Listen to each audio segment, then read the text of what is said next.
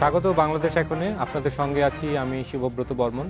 আলোচনার জন্য স্টুডিওতে আছেন সাবেক সচিব ও রাষ্ট্রদূত AH মোফাজ্জল করিম এবং ঢাকা বিশ্ববিদ্যালয়ের প্রাণ রসায়ন ও অণুজীব বিজ্ঞান বিভাগের অধ্যাপক ডক্টর আনোয়ার হোসেন। স্বাগত আপনাদের। আমি AH মোফাজ্জল করিম আপনাকে দিয়ে শুরু করি। খালেদা জিয়া গতকাল একটি অনুষ্ঠানে বক্তৃতা করেছেন। সেই বক্তৃতায় তিনি বলেছেন, আমি কোট করছি, দেশ এখন কঠিন সময় পার করছে, দেশে গণতন্ত্র নেই, জনগণের ভোটে যে সরকার আছে তারা নির্বাচিত হয়নি। এরকম অভিযোগ করার পরপরই তিনি বলছেন যে আমরা আন্দোলন বন্ধ রেখেছি। উনি অন্য একটি প্রসঙ্গ ধরে বলেছেন, কিন্তু উনি বলেছেন যে আন্দোলন এই মুহূর্তে চলছে না। এখন যখন আপনি অভিযোগ করেন দেশ একটি কঠিন সময় পার করছে, দেশে গণতন্ত্র নেই, একটি অনির্বাচিত সরকার ক্ষমতায় আছে, তখন আন্দোলন বন্ধ রাখার প্রসঙ্গ কেন আসে? বরং এখন তো আরো দুর্বার আন্দোলন করে তোলা উচিত। ধন্যবাদ আপনাকে। কিন্তু আমরা এখন আন্দোলন বন্ধ রেখেছি, এটার পরে পরে বোধহয় আরেকটু অংশ ছিল, আপনি আমাকে একটু আগে বলছিলেন। হ্যাঁ, সেটা হচ্ছে যে তারপরেও কেন আমাদের দলের লোকজনের উপরে আক্রমণ করা হচ্ছে। হ্যাঁ, আমাদের উপরে কেন এরকম অত্যাচার, ওনার ভাষায় বোধহয় আর কি, বা ধরপাকড় ইত্যাদি করা হচ্ছে, জুলুমবাজি করা হচ্ছে। এই কারণেই বোধহয় উনি বলেছেন যে আমরা তো বন্ধ রেখেছি, তারপরে এটা হচ্ছে কেন।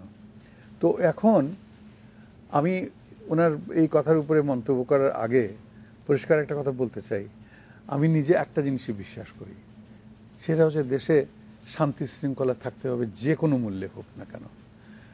আমরা আপাত দৃষ্টিতে এখন দেখছি আমাদের সবই প্রায় অর্জিত হচ্ছে, আমরা উন্নতি করছি, বিভিন্ন দিকে উন্নতি করছি। আমার বয়সী যারা আছেন, একটু আগে শ্রদ্ধেয় সাবেক উপাচার্য সাহেব, আমাদের অত্যন্ত প্রিয় ব্যক্তিত্ব আনোয়ার সাহেব, উনি আমাকে জিজ্ঞেস করলেন আমার বয়স ইত্যাদি কথা বলছিলেন। তো যাই হোক, সে প্রসঙ্গে যাচ্ছি না। কিন্তু আমরা তো 60-এর দশকে এবং তারও আগে 50-এর দশকে আমরা বিশ্ববিদ্যালয়ে পড়েছি, চাকরি করেছি, বাংলাদেশের তখনকার অবস্থা দেখেছি। স্বাধীনতার পরে বাংলাদেশ কি পর্যায়ে ছিল, সেখান থেকে কোথায় গেল। আজকের প্রজন্মের যারা আছে তারা এত খবর জানে না। তারা মুক্তিযুদ্ধ দেখে, এই দেখেন আমার পাশে একজন বীর মুক্তিযোদ্ধা বসে আছেন, তাদের পুরো পরিবারটাই মুক্তিযুদ্ধ পরিবার এবং জাতির নমস্য পরিবার। এরা যা দেখেছেন, যা সহ্য করেছেন, যা কষ্ট করেছেন, যেভাবে এনেছেন, সেটা যে স্বপ্নটা ছিল তাদের চোখে, এবং আমরা যারা যুদ্ধে যেতে পারিনি, আমাদেরও যে আশা আকাঙ্ক্ষা ছিল, স্বপ্ন ছিল, তাদের সেই স্বপ্নের প্রতিফলনটাই আমরা বাংলাদেশে দেখতে চাই। সেখানে নিশ্চয়ই আনোয়ার সাহেব নিশ্চয়ই আমার সঙ্গে একমত হবেন, নিশ্চয়ই কোনো দিন কেউ ভাবেনি যে বাংলাদেশ একটা বিশৃঙ্খল দেশে পরিণত হবে। বাংলাদেশে এখানে মারামারি, কাটাকাটি, ধর পাকড়, ক্ষমতার জন্য হানাহানি ইত্যাদি ইত্যাদি চলবে, তা না। বাংলাদেশ অনেক অনেক কষ্টে, বাংলাদেশ কোনোদিন কোনো গোল টেবিল আলোচনার মাধ্যমে আলাপ আলোচনা করে একদিনে, এক মাসে, এক বছরে, 10 বছরে আলাপ আলোচনার পর স্বাধীন হয়েছে, তা তো না। বাংলাদেশ পৃথিবীর একমাত্র দেশ যেটা মুক্তিযুদ্ধে তাকে যেতে বাধ্য করা হয়েছিল। আমি আরো একটু স্পেসিফিক হই। বিএনপি এবং 20 দল একটি আন্দোলন করছিল জানুয়ারি মাস থেকে। হ্যাঁ, তো পরিস্থিতি চেঞ্জ হয়নি, একই সরকার ক্ষমতায় আছে, যে সরকার নির্বাচিত হয়নি জনগণের ভোটে, এই কারণেই তো আন্দোলন চলছিল। এখন আন্দোলন বন্ধ রেখেছি কি কারণে? এটা কি আপনি কি মনে করেন না যে বিএনপি তার শক্তি ক্ষয় করে ফেলেছে, এখন আসলে আন্দোলন চালানোর মতো শক্তি নেই, এই কারণে আন্দোলন বন্ধ রেখেছে? দেখুন, আন্দোলন যেটা করা হয় সেটা সবসময় একটা উদ্দেশ্যকে সামনে রেখেই করা হয়। সেই উদ্দেশ্য তো সফল হয়নি না, সেটা উদ্দেশ্য এবং পরিস্থিতিও বদলায়নি। একদম ঠিক কথা, আপনিও সেটাই বলছেন, বেগম খালেদা জিয়াও তাই বলছেন যে পরিস্থিতি বদলায়নি, আর যে উদ্দেশ্যে আমরা আন্দোলন করেছিলাম, যে লক্ষ্য সামনে নিয়ে, সেটাও অর্জিত হয়নি। কথাটা ঠিক। অর্থাৎ দেশে অগণতান্ত্রিক একটা পরিস্থিতির মধ্য দিয়ে সরকার ক্ষমতায় এসেছিল, যে নির্বাচনের মাধ্যমে এসেছিল, সেই নির্বাচনটাকে গণতান্ত্রিক একটা পদ্ধতির নির্বাচন বলা যায় না, এসেছিল। অতএব একটা গণতান্ত্রিক সরকার, যে মুক্তিযুদ্ধের কথাটা টেনে আনছিলাম এই জন্যে, দেখুন তার যে কতগুলো লক্ষ্য ছিল, তার অন্যতম প্রধান লক্ষ্য ছিল গণতন্ত্র। পাকিস্তানি আমলে অন্তত পূর্ব পাকিস্তানে গণতন্ত্র ছিল, এমনকি পশ্চিম পাকিস্তানও না, সেখানে আমি চাকরি করেছি, সেই অভিজ্ঞতা বলছি। সেগুলো ছিল একটা সম্পূর্ণ একটা মানে কতিপয় শক্তিশালী লোকের হাতে, মুঠের মধ্যে, তারাই পাকিস্তান চালিয়েছে 24-25 বছর। তো সেখান থেকে যে এই যে এত রক্ত বিসর্জন, এত জীবন বিসর্জন দেওয়া হলো, সেটা একটা অন্যতম প্রধান ছিল গণতন্ত্র, সেটাই অর্জিত হয়নি। আচ্ছা, সেই কারণে এনারা আন্দোলন করেছেন। এবং 2014 সালের 5ই জানুয়ারি যে নির্বাচনটা যে বিএনপি বর্জন করলো, সেটা এবং তার সঙ্গে আরো অনেকগুলো দল বর্জন করলো, সেটার অন্যতম প্রধান লক্ষ্য ছিল গণতন্ত্র অর্জন করা। সেটা অর্জিত হয়নি, বরং দেখা গেল সরকার এই গণতান্ত্রিক আন্দোলনকে এবং গণতন্ত্রের জন্য যারা কথা বলবে তাদেরকে ধর পাকড় করা, হুলিয়া দিচ্ছে, শক্তি প্রয়োগ করে আন্দোলন দমন করা। আমি একটু আনোয়ারের কাছে যাই, এখানে আমি উপসংহার দিয়ে দেই আপাতত আর কি। যার জন্য আপনি বলছিলেন শক্তি ক্ষয়, যে বিএনপির শক্তি ক্ষয়, শুধু বিএনপির শক্তি ক্ষয় নয়, বিএনপিকে নিশ্চিহ্ন করার জন্য একটা সরকারের তরফ থেকে একটা উদ্যোগ বা একটা চেষ্টা দেখা গেল, সাংঘাতিক বল প্রয়োগ করা হয়েছে। হ্যাঁ, বল প্রয়োগ করা হয়েছে। এটা তো অনস্বীকার্য যে পৃথিবীর কোনো দেশে বোধহয় এত উঁচু পর্যায়ের নেতারা একসঙ্গে জেলের মধ্যে আটকা পড়ে আছেন, তাদের জামিন হয় না, কিছু না। এবং অত্যন্ত হাস্যকর অনেকগুলো গ্রাউন্ডে কেউ গাড়ি পুড়িয়ে দিয়েছেন বা হুকুম দিয়েছেন যাও গাড়ি পোড়াও, বা কেউ ময়লার গাড়ি করেছেন, পুড়িয়ে ফেলেছেন, ইত্যাদি ইত্যাদি। এই সমস্ত গ্রাউন্ডে আটকে রাখা হয়েছে। একই সঙ্গে অনেক রাজনৈতিক নেতা বিএনপির এই মুহূর্তে কারাগারে আছেন। আমি একটু আনোয়ার হোসেনের কাছে যেতে চাই, কিন্তু তার আগে আমি একটু ব্রেক নেব। ব্রেক নিয়ে ফিরে আমি আনোয়ার হোসেন আপনার কাছে জিজ্ঞেস করব যে খালেদা জিয়া যে অভিযোগ করেছেন, অর্থাৎ দেশে গণতন্ত্র নেই, আপনি কোনোভাবে গণতন্ত্রের অনুপস্থিতি দেখতে পান কিনা? আমরা একটা বিরতি নিয়ে ফিরছি, নিচ্ছি 50 সেকেন্ডের বিরতি, সঙ্গেই থাকুন।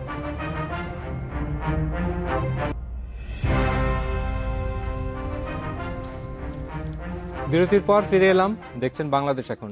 জনাব আনোয়ার হোসেন, গণতন্ত্রের অনুপস্থিতি আপনি দেখতে পান কিনা খালেদা জিয়া যে অভিযোগ করেছেন কালকে? খালেদা জিয়ার প্রসঙ্গ দিয়ে আপনি আজকের আলোচনাটা সূত্রপাত করেছেন, এবং সেখানে প্রথমেই যে কথাটি বলেছেন আপনি, যে খালেদা জিয়াকে উদ্ধৃত করে যে তিনি বলেছেন যে তারা আপাতত আন্দোলন বন্ধ রেখেছেন, এবং তার সাথে পরে অবশ্য বলেছেন যে তারপরেও কেন ধরপাকড়। তো প্রথম যে কথাটা, যে আন্দোলন তারা বন্ধ রেখেছেন, এটাকে আমি স্বাগত জানাই। কারণ এই যে 2014 সালের জানুয়ারি মাসের আগের থেকেই যে দেশে আন্দোলনের নামে কিংবা গণতান্ত্রিক আন্দোলনের নামে যে অবস্থাটা বিরাজ করছিল, সেটা পুরোপুরি নৈরাজ্য, এবং সেটার বিরুদ্ধে রাষ্ট্র শক্তি প্রয়োগ করেছে এবং সেটাকে দমন করতে পেরেছে। এবং কার্যত সেই অবস্থাটা, এবং সেই সময় আমার মনে আছে আমি নিজেও এবং অনেকেই বলেছেন যে এই আন্দোলনের নামে এভাবে দেশে একটা গৃহযুদ্ধের পরিস্থিতি সৃষ্টি করা, এটা কোনোভাবেই বিএনপির জন্য লাভজনক হবে না, এবং তাতে করে বিএনপির যে লক্ষ্য যে সরকারের পতন, সেটাও হবে না। এবং কার্যত তাই হয়েছে, এবং সে আন্দোলনের নামে যে অরাজকতা, সেটা কিন্তু ব্যর্থ হয়েছে। এবং তারপরেও তা যাই হোক, তারপরেও যে বেগম খালেদা জিয়া তিনি একটা খুবই বড় একটা রাজনৈতিক শক্তিকে প্রতিনিধিত্ব করেন, তার মুখে যে কথাটা তিনি বলেছেন, যাই ভাবুন না কেন, উদ্দেশ্য যাই হোক, কিন্তু এটা অবশ্যই আমরা স্বাগত জানাবো। এবং আমরা যেটা মোফাজ্জল করিম সাহেবও বলছিলেন, যে বাংলাদেশে আমরা চাই একটা সুস্থির সময়, এবং একটা যেন সবাই, বাংলাদেশের মানুষ যেটা সবসময় প্রত্যাশা করে, যে একটা নির্বিঘ্নে জীবনযাপন এবং দেশ যেন এগিয়ে যায় সামনের দিকে। এবং অন্যতম যে একটা লক্ষ্য ছিল, সেই পাকিস্তান আমলের কথা বলেছেন, যে একটা গণতান্ত্রিক শাসন যেন এই দেশে থাকে। তো সেই সব কথাগুলো বিবেচনায় দেশে একটা সত্যি যে গণতান্ত্রিক আন্দোলন হবে সেখানে, এবং তার মধ্য দিয়ে কিন্তু এমন অবস্থাটা হবে না যেন মানুষের জীবন বিপন্ন হয়ে পড়ে, এবং তাহলে আমাদের গণতান্ত্রিক শাসনও হবে না, আমরা সামনের দিকে এগুতেও পারবো না। সুতরাং আমার মনে হয় এখন যে সময়টা আমরা পার করছি, এবং যেটা বেগম খালেদা জিয়া বলছেন যে তারা আন্দোলনটা আপাতত বন্ধ রেখেছেন, এই অবস্থাটা চলতে থাকুক। এর সাথেই যুক্ত হচ্ছে, স্বাগত জানাচ্ছেন, কিন্তু খালেদা জিয়া যে অভিযোগ করেছেন যে দেশে আমি সেই প্রসঙ্গটা আসছি, গণতান্ত্রিকভাবে নির্বাচিত একটি সরকার নেই। হ্যাঁ, তিনি সে কথা, হ্যাঁ সেটা তো তারা বলছেনই, কিন্তু সেটা যদি সত্যও হয়, সেই দায় কিন্তু সেই দায় থেকে তিনি নিজকে এড়াতে পারবেন না, তিনি এবং তার জোট। কারণ এই যে তিনি যে নির্বাচন বর্জন করেছেন, তারা স্বেচ্ছাই করেছেন। তাদের হয়তো ধারণা ছিল যে নির্বাচন বর্জন করলে এই যে তাদের নামে তারা যে আন্দোলনের কথা বলছিলেন এবং যেটা করছিলেন, যেটা সহিংসতা ছাড়া আর কিছু ছিল না, সেটার মধ্য দিয়ে সরকার পতন সম্ভব হবে, সেটা কিন্তু হয়নি। সুতরাং এই অবস্থায় তারা এখন যাই বলুন না কেন, আপনি দেশের সাধারণ মানুষকে নিয়েই তো রাজনীতি, যারা গণতান্ত্রিক শাসন বলুন, ক্ষমতায় নিয়ে যাওয়া বলুন, সেখানে তাদের তারা কি ভাবছে সেটা গুরুত্বপূর্ণ, এবং সে অবস্থাটা নিশ্চয়ই তাদের মনের ভাষাটা বেগম খালেদা জিয়া হয়তো পড়তে পারছেন, এর আগে পড়তে হয়তো পারেননি, এবং নানা তার চারপাশে যারা ছিল এবং তিনি নিজেও তার পুত্র। জনাব আনোয়ার হোসেন, ৫ জানুয়ারি নির্বাচনে বিএনপি অংশ নেয়নি, এটা বিএনপিকে আমরা দোষারোপ করতে পারি, কিন্তু সর্বশেষ সিটি কর্পোরেশন নির্বাচনে বিএনপি অংশ নিয়েছিল। আমরা সেই নির্বাচনেও কিন্তু নানা রকম অভিযোগে অভিযুক্ত হতে দেখেছি সেই নির্বাচনকে। এবং এখানেও আমি আমার এই যে আঙ্গুল দেখুন, এখানে কালির দাগ এখনো আছে। আপনি ভোট দিয়েছেন? আমি নিজে ভোট দিয়েছি এবং এখানে আছে আমাদের ঢাকা বিশ্ববিদ্যালয়ের। এবং আমি শুনেছি যে সেখানে বিভিন্ন যে পোলিং বুথে সেখানে অনিয়ম হয়েছে, কিন্তু সে অনিয়মের জন্য যে অভিযোগগুলি আসা উচিত, যেভাবে তার বিরুদ্ধে প্রবল আন্দোলন হওয়া উচিত, সেগুলো কিন্তু আমরা দেখিনি। সবচেয়ে বিস্মিত হয়েছি যে কয়েক ঘন্টার মধ্যেই কিন্তু প্রথম চট্টগ্রাম এবং তারপরে ঢাকায় সেখানে নির্বাচন বর্জনের ঘোষণাটি এসছে। এই বিষয়গুলোকে আমার অত্যন্ত একটা রাজনৈতিক দলের পক্ষ থেকে অপরিপক্ক একটা পদক্ষেপ মনে হয়েছে, এবং তার ফলে যে এই নির্বাচনও যদি প্রশ্নবিদ্ধ হয়ে থাকে সেটার সুফল কিন্তু বিএনপি নিতে পারেনি। আমি কথাটা বলবো এভাবেই, আপনি যেটা দিয়ে শুরু করেছিলেন যে গণতান্ত্রিক শাসন এখন আছে কি নাই। দেখুন, বাংলাদেশে যেটা আমাদের অধ্যাপক আমাদের মোফাজ্জল করিম সাহেব যে কথা বলছিলেন, আমাদের যে মুক্তিযুদ্ধে এত লক্ষ লক্ষ মানুষের জীবন দানের মধ্য দিয়ে যে বাংলাদেশটি হলো, সেখানে যে লক্ষ্যগুলো ছিল, সে যে পাকিস্তানের মতো যে অবস্থা সেটা আমরা চাই না। আমরা গণতান্ত্রিক শাসন চাই। অন্যদিকে সেই গণতান্ত্রিক শাসন এই অর্থে যে সাধারণ মানুষের আমরা উন্নতি চাই, আমরা সর্বক্ষেত্রে আমাদের সাম্প্রদায়িক সম্প্রীতি চাই, আমরা এখানে সব ধরনের মানুষ আছে, সেই সব যদি আমরা বিবেচনা করি, তখন সেখানে আমরা দেখব যে আমরা অনেক ক্ষেত্রেই বাংলাদেশ পিছিয়ে গিয়েছিলাম। পিছিয়ে যাওয়ার ইতিহাসও আছে, এবং সেখানে জাতির জনকের হত্যাকাণ্ড আছে, আমাদের আরও যারা এই মুক্তিযুদ্ধের অগ্রণী ভূমিকা নিয়েছিলেন তাদের হত্যাকাণ্ড আছে, এবং একটা দীর্ঘ সময় ধরে বাংলাদেশে একটা সেই মুক্তিযুদ্ধ বিরোধী শক্তির একেবারে সরাসরি রাষ্ট্র ক্ষমতা দখলের ইতিহাস আছে দীর্ঘ সময়, এবং গণতন্ত্রহীনতার বিষয়গুলো আছে। এই অবস্থা পেরিয়ে আমাদেরকে এগুতে হচ্ছে। আজকে আমার খুব ভালো লাগছে এই কথা শুনে যে মোফাজ্জল করিম সাহেব বলছেন যে সর্বক্ষেত্রে তো আমরা ভালো করছি, এখন ভালো করছি, এটা কিন্তু আবার যদি বলি যে কিছু নাই গণতান্ত্রিক শাসন, তাহলে কিন্তু হবে না। নিশ্চয়ই আমরা কিছু গণতান্ত্রিক যে বিধি ব্যবস্থা, গণতান্ত্রিক বিধি ব্যবস্থার মধ্যে নির্বাচন গুরুত্বপূর্ণ, এবং সেখানে মানুষের অংশগ্রহণ খুবই গুরুত্বপূর্ণ, মানুষের ভোটাধিকার প্রয়োগ করতে পারা গুরুত্বপূর্ণ, কিন্তু তার সাথে সাথে আরও গুরুত্বপূর্ণ বিষয়গুলো যেগুলো আছে, যেমন আমাদের দেশে পার্লামেন্টারি ডেমোক্রেসি। এবং আমি একটা বিরতি নিয়ে আপনার এই প্রসঙ্গে আবার ফিরে আসছি, একটা বিরতি নিতে হচ্ছে আমাকে। অতিথিদের সাথে আরো কথা হবে একটি বিরতির পরেই, সাথেই থাকুন।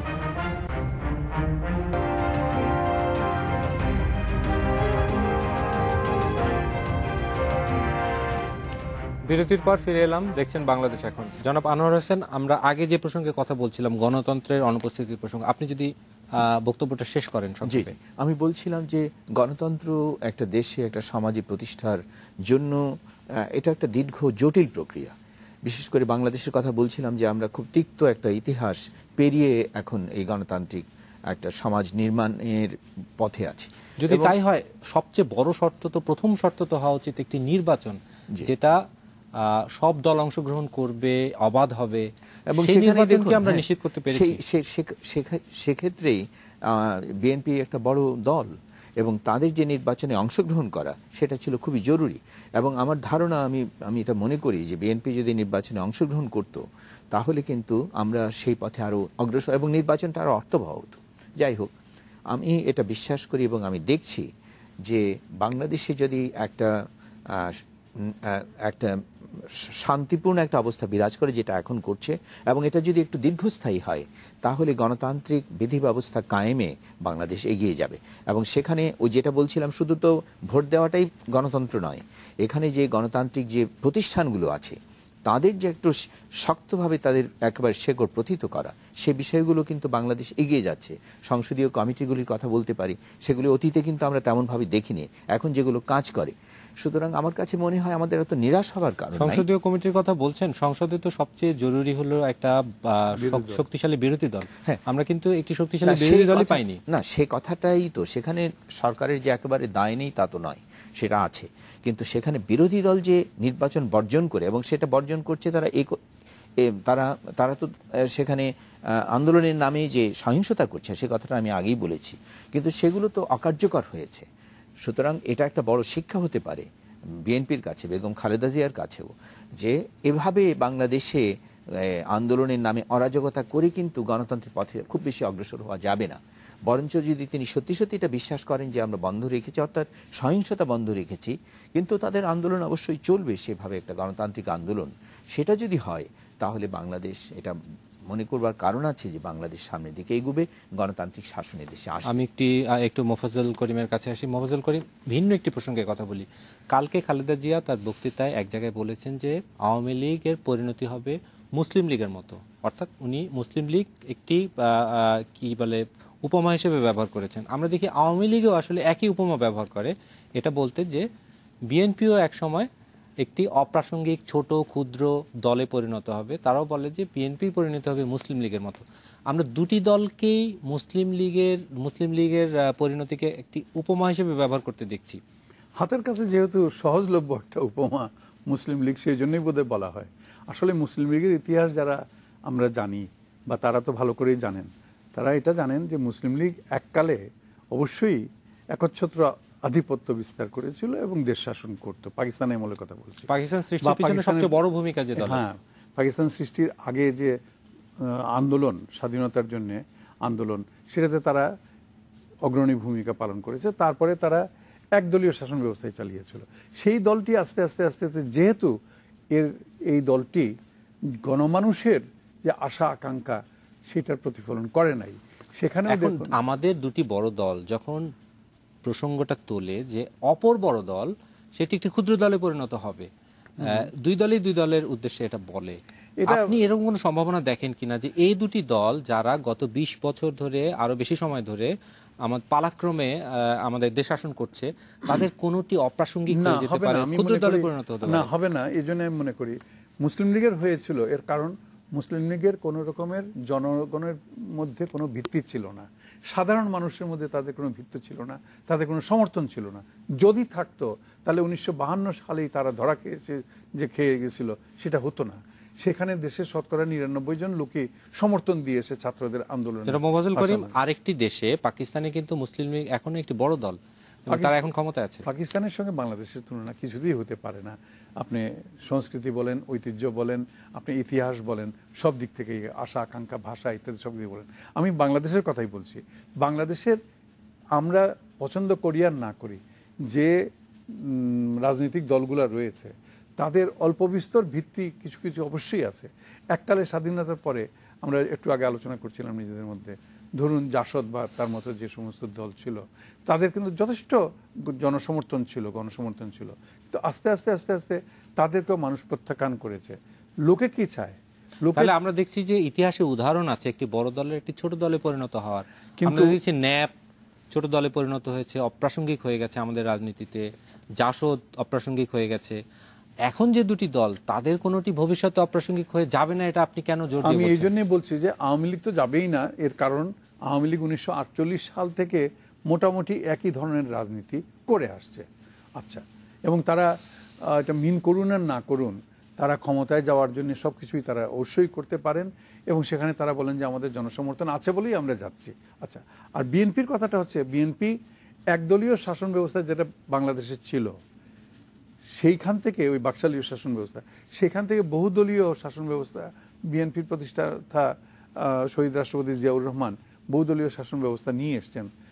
এই যে রাজনীতিটা চালু করেছেন, সেইখানে বিএনপির জনসমর্থন, বিএনপির জনসমর্থনের মূল কথা হচ্ছে যে বিএনপি গণতন্ত্রে বিশ্বাস করে, এই জন্য জনসমর্থন।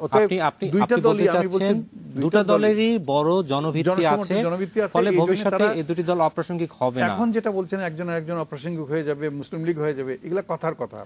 জনাব আনোয়ার হোসেনও একই কথা মনে করেন কিনা আমি জিজ্ঞেস করব, একটি বিরতির পরে আমি এই প্রসঙ্গে আসবো। অতিথিদের সাথে আরো কথা হবে বিরতির পরে, সাথেই থাকবেন।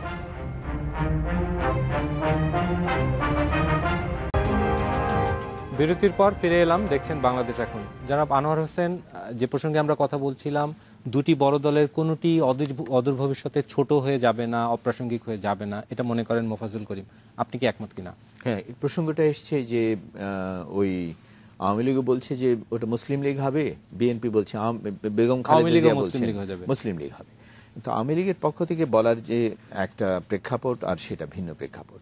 মুসলিম লীগের নামটা থেকেই বুঝি একটা ধর্মাশ্রিত একটা রাজনৈতিক সংগঠন, সেটা আপনার পেছনে ফেলে এসেছে মুক্তিযুদ্ধের মধ্য দিয়ে, মানুষের প্রত্যাখ্যান করেছে তাদের। এবং আওয়ামী লীগের মধ্যেও একসময় ছিল আওয়ামী মুসলিম লীগ, সেখান থেকেও কিন্তু আওয়ামী লীগ হয়েছে, মুসলিম শব্দটা বাদ হয়েছে 1955 সালে। এখন সে কারণে যে আওয়ামী লীগের আবার সেই একটা সাম্প্রদায়িক দলে পরিণত হওয়ার সেটার সম্ভাবনা যতটুকু, তার চাইতে অনেক বেশি সম্ভাবনা বিএনপির এ কারণে যে তাদের যে একটা ঘনিষ্ঠতম যে তাদের মিত্র সে হচ্ছে জামায়াত। এবং এটা একেবারেই সাম্প্রদায়িক শুধু নয়, একেবারে একটা জঙ্গি সাম্প্রদায়িক মৌলবাদী সংগঠন। এবং সেটার বিভিন্ন তাদের কর্মকাণ্ডে, তাদের কথায়, রাজনৈতিক কর্মসূচিতে আমরা সেটা দেখেছি। এবং জামায়াতও মনে করে, যেমন ধরুন জামায়াত যদি নিষিদ্ধ হয়, এবং যেটার প্রক্রিয়ার মধ্যে জামায়াত আছে, জামাতের শীর্ষ যে নেতারা তাদের সাজা হচ্ছে এবং তাদের কেউ কেউ ফাঁসিও হয়েছে, এই অবস্থায় কি হবে? জামায়াত তো মনে করছে যে বিএনপি তারা গেলে খেয়ে ফেলবে। এবং আমরা এই ব্যাপারটা কিন্তু দেখি আমাদের ঢাকা বিশ্ববিদ্যালয়ে, যেমন দেখি যে এখানে যে শিক্ষকদের যে মোর্চা, সেখানে কিন্তু এখন আর বিএনপি নাই, এরা হলো জামাত। তো এই অবস্থাটার কথা যেমন বদরুদ্দোজা চৌধুরী, যিনি বিএনপির পক্ষ থেকে তাদের রাষ্ট্রপতি ছিলেন, তার কথারও কিন্তু প্রতিধ্বনি সেটাই, যে এই সব বিচারে কিন্তু যে বিএনপি যদি সাবধান না হয়, বিএনপিতে যদি আমাদের মোফাজ্জল করিম সাহেবদের মতো মানুষজনরা আরও শক্তিশালী ভূমিকা না রাখতে পারেন, তাহলে কিন্তু বিএনপির সেই সম্ভাবনা আছে সেই মুসলিম লীগের রাজনীতি তাদেরকে একেবারে আষ্টে পৃষ্ঠে যেটা জামাত করছে সেই জায়গাটা তাদের হয়ে যাবে। এই অর্থে হয়তো আমার কাছে মনে হয় যে আওয়ামী লীগের যদি সেটা মনে করে থাকে তাহলে সেটার মধ্যে যথার্থতা আছে। কিন্তু অন্য যে অর্থে এই দুটি দল পরস্পরকে মুসলিম লীগে পরিণত হওয়ার কথা বলতে পারে, সেই প্রসঙ্গে আমরা যদি মুসলিম লীগ শব্দটি ফেলে দিই, দুটি দলের আসলে ছোট দলে পরিণত হওয়া, অপ্রাসঙ্গিক হয়ে যাওয়া, জনগণ দ্বারা প্রত্যাখ্যান হওয়া, এটা সম্ভাবনা আপনি দেখেন কিনা? প্রকৃতির যদি নিয়ম দেখেন, সেখানে জন্ম এবং বিলয় সে তো আছেই, এবং সেটা রাজনৈতিক দলের মধ্যেও আছে। আমাদের অনেক উদাহরণ পাবো, বড় বড় রাজনৈতিক দলের বিলয় হয়েছে, নতুন শক্তির উত্থান ঘটেছে, ভারতেও দেখছি। মোফাজ্জল করিম জাসদের উদাহরণ দিয়েছেন। হ্যাঁ, জাসদের কথা বলতে পারেন, ন্যাপের উদাহরণ আছে। এবং বাংলাদেশেও যে তেমনটা হবে না সে কথা আমরা মনে করতে পারি না। কিন্তু তার জন্য যেটা দরকার সেটা হলো জনগণের মধ্য থেকে যে একটা শক্তি উত্থিত হবে, নতুনভাবে উত্থান। যেমন আমরা গণজাগরণ দেখেছি, গণজাগরণের মধ্যে দিয়ে কোনো রাজনৈতিক দলের উত্থান হয়নি, কিন্তু তার মধ্য দিয়ে যে মানুষ কি চায়, আমাদের নতুন প্রজন্ম কি চায়, সেটা আমরা একটু প্রত্যক্ষ করেছি। আমরা দেখি যেখানে গণ অভ্যুত্থান হয়, জনগণের এক ধরনের উত্থান হয়, সেখানে কিন্তু জনগণ পুরনো রাজনৈতিক দলগুলোকে, সংগঠনগুলোকে ফেলে দেয়, নতুন রাজনৈতিক সংগঠন গড়ে ওঠে। ফলে একটা পরিবর্তন আমরা কিন্তু দেখি। এ প্রসঙ্গে আমরা আরো কথা বলবো, বিরতি নিয়ে একটি ছোট নিচ্ছি, 1 মিনিটের বিরতি, সঙ্গে থাকুন।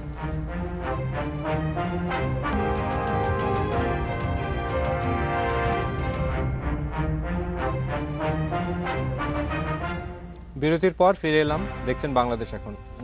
জনাব আনোয়ার হোসেন, আমরা কথা বলছিলাম দুটি রাজনৈতিক দলের কোনো একটির ভবিষ্যতে মৃত্যু হওয়ার সম্ভাবনা আছে কিনা।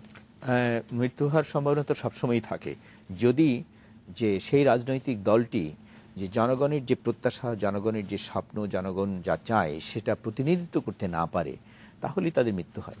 এবং সে ব্যাপারে যদি দুটোর মধ্যে তুলনা করতে বলেন, তাহলে আমি বলবো সেই সম্ভাবনা খুব বেশি বিএনপির, সে সম্ভাবনা বেশি দেখতে পাচ্ছি। তবে আওয়ামী লীগেরও যে সম্ভাবনা একেবারে নাই তা কিন্তু বলা যাবে না। এটা যদিও আপাত দৃষ্টিতে মনে হয় যে আওয়ামী লীগ তো একেবারে অত্যন্ত সুসময় এখন আওয়ামী লীগের, কিন্তু তার মধ্যে যেমন ধরুন এই যে জনসমর্থন আওয়ামী লীগের বাড়ছে কিনা, জনসমর্থন বাড়ছে কিনা, সেটা অবশ্য সুষ্ঠু নির্বাচন হলেই সেটা বোঝা যাবে। কিন্তু দেখুন যে এই সময়টায় যে জনগণ বিভিন্ন ক্ষেত্রে যে বাংলাদেশ এগিয়ে যাচ্ছে, সেটা তো আমরা দেখছি। এর সুশাসন এর সঙ্গে যদি যুক্ত হয়, অর্থাৎ বাংলাদেশের যেমন জিডিপি বেড়েছে, বাংলাদেশের স্বাস্থ্য, বাংলাদেশের শিক্ষা, বাংলাদেশের আমাদের নারীদের অধিকার, এই সব বহু ক্ষেত্রেই আমরা পার্শ্ববর্তী ভারতের চেয়েও অনেক ক্ষেত্রে আমরা এগিয়ে গেছি, সেগুলো আছে, আমাদের খেলাধুলা।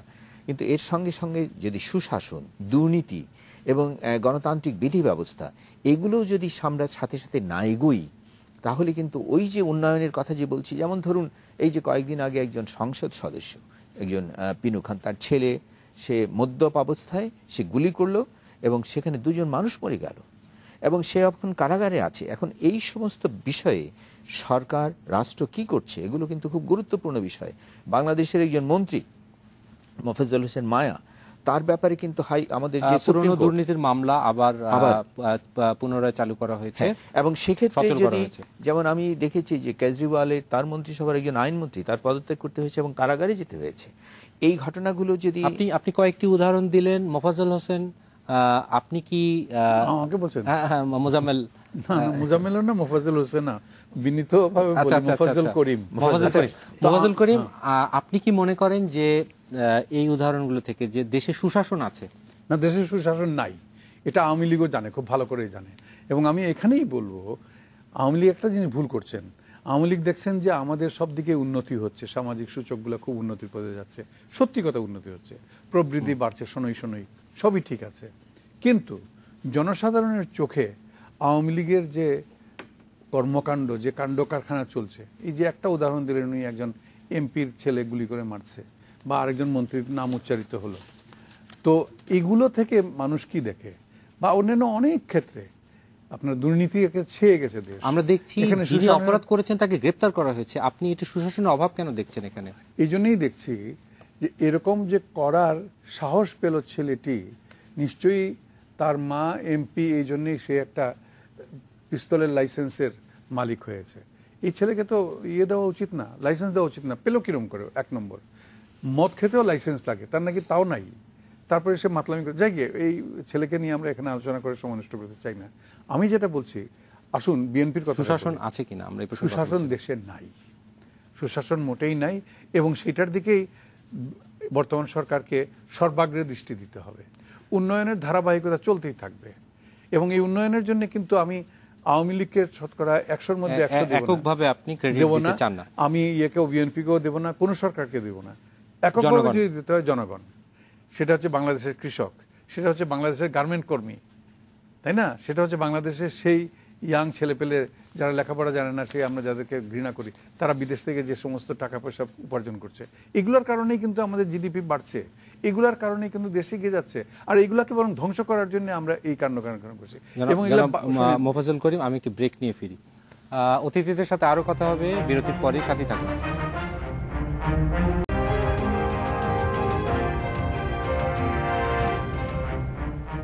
বিরতির পর ফিরে এলাম, দেখছেন বাংলাদেশ এখন। জনাব মোফাজ্জল করিম, আপনি বলছেন যে দেশে সুশাসন নেই, আবার অনেক কয়েকটি ক্ষেত্রে দেশের উন্নতি হচ্ছে দৃশ্যমান।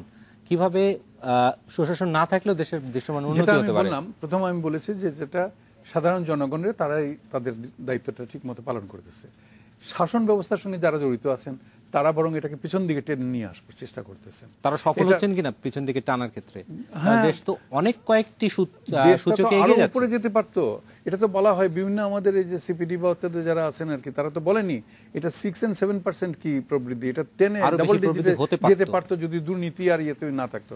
যাক, যেহেতু সময় কম সেই জন্য এইগুলাতে যাচ্ছি না। আমি একটা কথা বলি, সব কথার শেষ কথা হচ্ছে গণতান্ত্রিক একটা ইয়ে থাকতে হবে, তা না হলে পরে আপনার উন্নয়ন আরো হবে, হয়তো 7 থেকে 10, 10 থেকে 12 প্রবৃদ্ধি চলে যাবে ঠিকই, কিন্তু এটা হচ্ছে এরকম যে আপনি 20 তলা বিল্ডিংটা বানাচ্ছেন ঠিকই, কিন্তু নিচে আপনার যে ফাউন্ডেশনটা অত্যন্ত উইক থেকে যাচ্ছে, সেইটা গণতন্ত্রের উপরে থাকতে হবে সেই ফাউন্ডেশনটা।